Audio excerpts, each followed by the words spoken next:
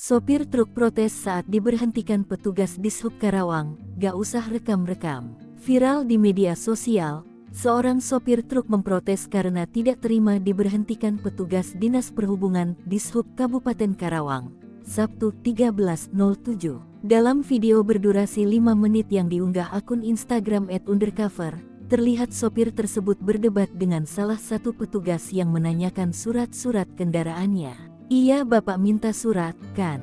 Ayo, SPT-nya mana? Perwiranya mana? Hayo, pada ngapain? Ini memberhentikan saya, ada acara apaan ini?"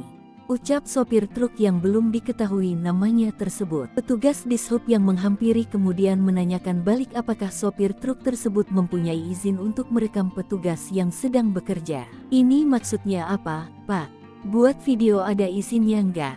ujar petugas. Petugas pun menjelaskan alasan memberhentikan truk tersebut hanya untuk menanyakan surat kelengkapan kendaraan dan mengecek muatan truk tersebut. Video tersebut mendapat beragam komentar dari netizen. Ada yang menyebut Dishub tidak berhak menanyakan surat-surat.